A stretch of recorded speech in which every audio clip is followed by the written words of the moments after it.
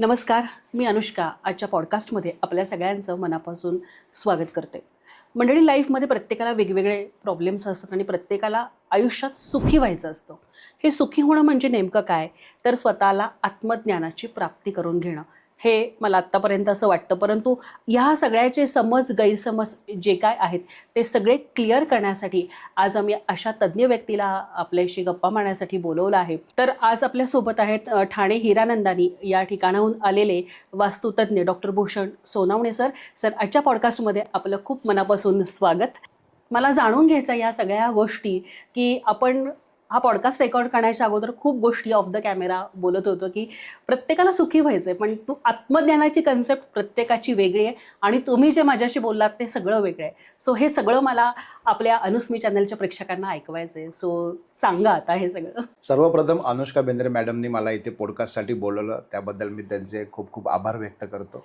मी वास्तुशास्त्र, ज्योतिषशास्त्र, astrology, tarot card reading, past life counselling, Lo Shu grid square, geomancy, ब्रह्ममुहूर्त, akashic records ह्या सगळ्या सेगमेंटमध्ये गेले 25 वर्ष आले काम करतोय. आत्तापर्यंत 35,000 पेक्षा सुद्धा जास्त लोकांना मी सकारात्मक रिझल्ट ह्याच्या माध्यमातून दिलेला आहे. आणि मला सांगायला आनंद वाटतो की हे सगळं करण्याचा मागचा जो मूळ उद्देश जो आहे तो अंतर्ज्ञानाची प्राप्ती करण्यासाठी ह्या सगळ्या गोष्टी करायच्या आहेत. हे असं जर कोणाला म्हटलं तर डायजेस्टच होणार नाही. करेक्ट.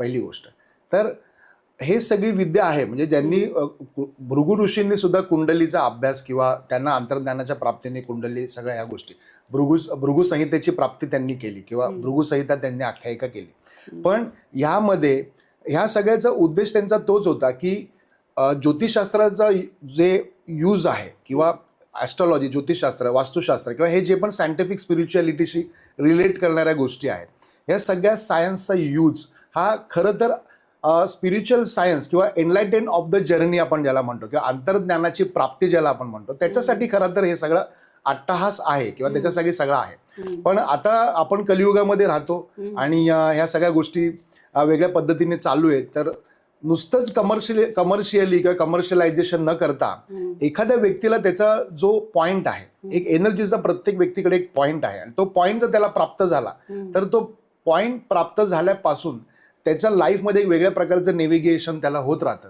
आणि त्याला तशा गोष्टी पुढे त्याच्याबरोबर घडत राहतात. याचं दिव्य स्वरूप जर तुम्हाला बघायचं असेल तर ज्यांना माझी जर्नी माहिती आहे त्यांनी, मी अतिशय बॉटममधनं आलेली व्यक्ती आहे आणि आज मी ठाण्याला हिरानंदानी सारख्या ठिकाणी राहतो आणि माझ्या आजूबाजूला जे पण लोक आहेत किंवा सगळे कॉर्पोरेट्स, बिझनेसमॅन्स, ॲक्टर्सेस, फिल्म इंडस्ट्रीशी रिलेटेड किंवा जेवढे पण टॉपमोस्ट लोक आहेत किंवा समाजातल्या सर्व स्तरातील व्यक्तींसाठी मी हे काम करतो. असा कुठला भेदभाव नाही आहे माझ्याकडे. पण ज्या पण लोकांसाठी मी या गोष्टी करतो तर त्यांना मला एकच गोष्ट मला सांगायची असते की ज्या वेळेला तुम्हाला तुमचं अंतर्ज्ञानाची प्राप्ती होते त्यावेळेला तुम्हाला या सगळ्याचा बेनिफिट अतिशय चांगल्या पद्धतीने करता येतो. आणि मार्केटमध्ये सगळ्या वस्तू विक्रीच्या माध्यमातून वास्तुशास्त्र करणे किंवा ॲस्ट्रॉलॉजी करणे किंवा हे प्रत्येकाचं ठीक आहे. माझाही व्यवसाय आहे, माझाही बिझनेस आहे. I am also first generation entrepreneur. पण याचा अर्थ असा नाही आहे मी 70% कन्सल्टिंगला प्रायोरिटी देतो आणि 30% मटेरियलला प्रायोरिटी देतो. मार्केटमध्ये एक्झॅक्टली उलटं चाललंय. 30% मटेरियल विक्रीचा व्यवसाय चालू आहे आणि 30% शास्त्र देण्याचं काम चालू आहे किंवा सायन्स सांगण्याचं काम चालू आहे. वाटेल प्रत्येकाचं एक आपापली प्रॅक्टिस असते, प्रत्येकाचा आपापला एक USP असतो. तर आमचा वास्तुकार आणि वास्तुकार गुरु जसं आमचं नाव आहे तर त्यामध्ये आमचा USP हाच आहे की प्रत्येक व्यक्तीला या शास्त्राच्या माध्यमातून, या सायन्सच्या माध्यमातून अंतर्ज्ञानाची प्राप्ती व्हावी हा first priority. This is our first priority. जी गोष्ट मला लाभली, माझ्या क्लायंट्सला, माझ्या फॉलोअर्सला लाभली, तीच सर्व गोष्ट इतर सुद्धा लोकांना लाभो आणि इतर लोकांचं सुद्धा चांगलं हो. जसं माझ्यामुळे आज कमीत कमी 35,000 पेक्षा सुद्धा जास्त लोकांचं छान झालं, तसं इतर लोकांचं सुद्धा छान व्हावं असं मला या पॉडकास्टच्या माध्यमातून सर्वांना आवाहन करायचं आहे. नक्की.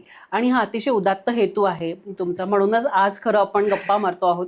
तर मला तोच विचारायचा मुद्दा आहे की प्रत्येकाला आत्मज्ञानाची प्राप्ती होणं यासाठी तुमची सगळी धडपड आहे.